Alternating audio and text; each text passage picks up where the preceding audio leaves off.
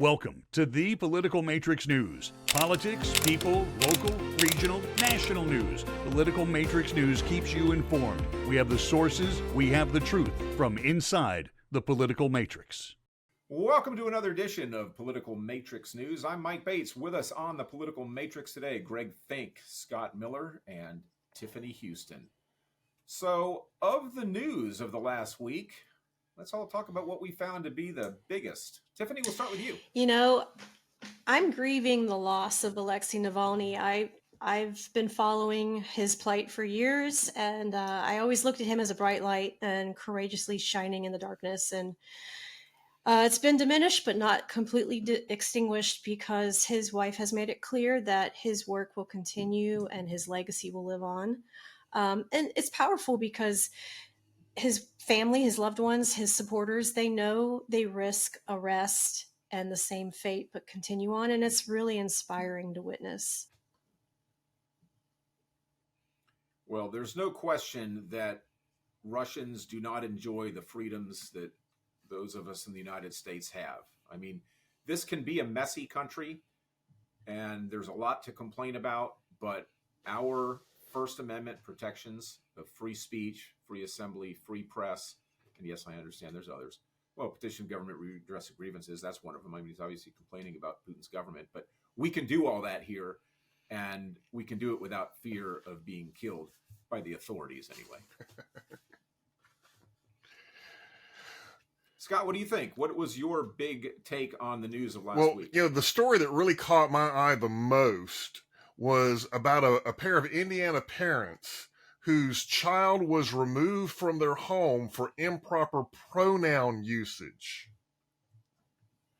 So their teenage son decided that he let's stay neutral on this. Their teenage son, had an issue with gender, and they refused to call him the name that he chose or address him by a pronoun, and they removed him from the parents' home for no other reason.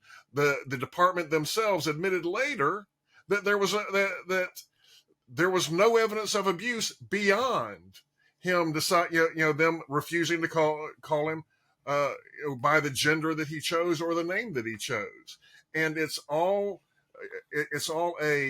an issue of their religion, because they're Catholic parents and they believe that sex is immutable and whatever. I mean, and I'm not even really taking an issue on either side of it, other than to say that one perspective on that is not more important than the other perspective, and it's just a shocking development in this country, where in any part of the country a child can be removed from their parent for this reason. So it was the parents who refused to call their child by his or her, whichever it was, preferred new name, not the one he was given at birth, but just his new name, and then his new pronoun that he self-assigned. Yeah, the pronouns aside, if my daughter decided she wanted to have a different name, she'd have the name. She can have her friends call her whatever she wants, but I'm going to call her by the name that I gave her as a child, as a baby. So I can see from parents, but all of that kind of transcends the fact that these people aren't abusing this child, and the state is intervening in a way simply because they have a policy where they've decided that you have to support this person in this way, and this is literally the first step that we've been warned about with all this woke activism. It's not about protecting anyone. It's about supporting a narrative that people eventually make money off of, and this is the fallout of that policy. Astonishing. So now, apparently, if you aren't into gender dysphoria and caving to minors who want to change their name or gender, you're somehow an abusive parent. That's crazy. Greg, what do you think was the big news of last week?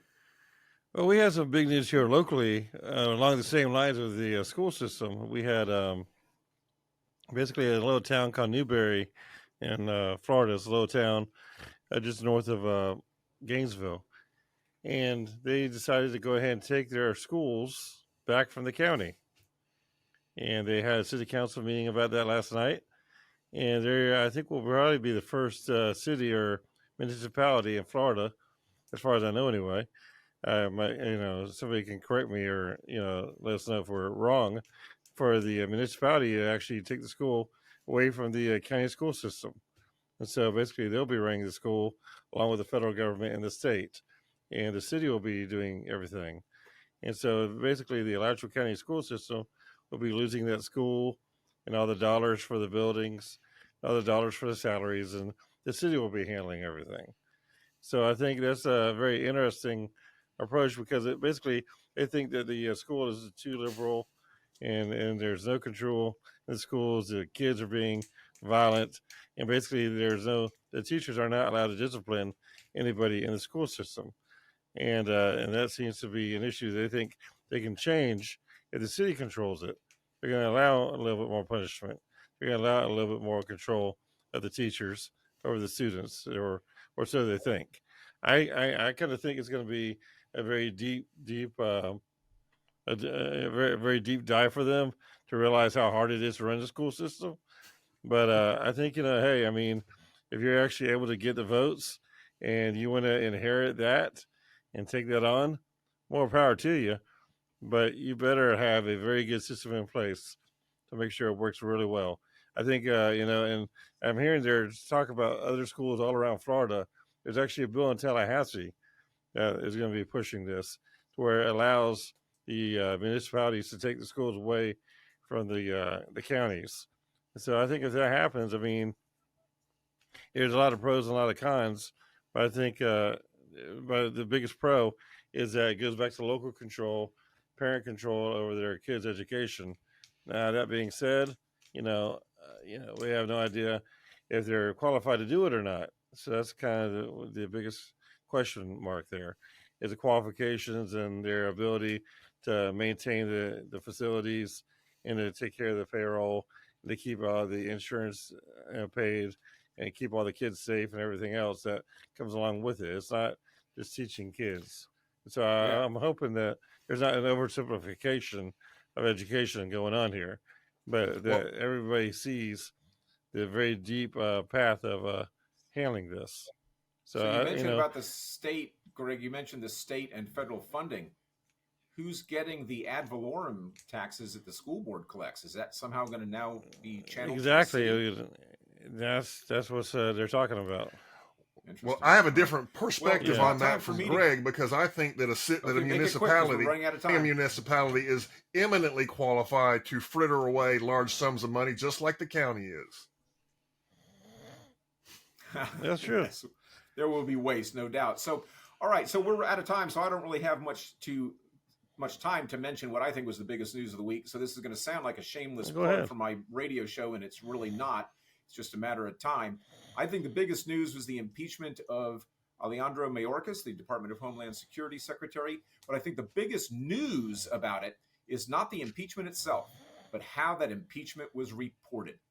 Every single news that I saw said that he was impeached for the reasons of they wanted to impeach Biden but couldn't because Biden is sinless, and because Mayorkas is Cuban, that makes him Hispanic. Republicans hate Hispanics, so they impeach him because he's racist.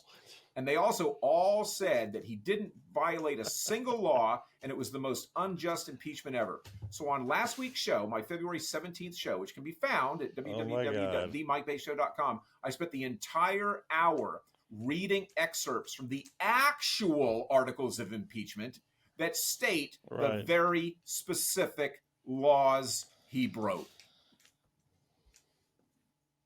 And with that, we are out of time. So we're going to have to wrap it up for this program. Join us again for another edition of Political Matrix News.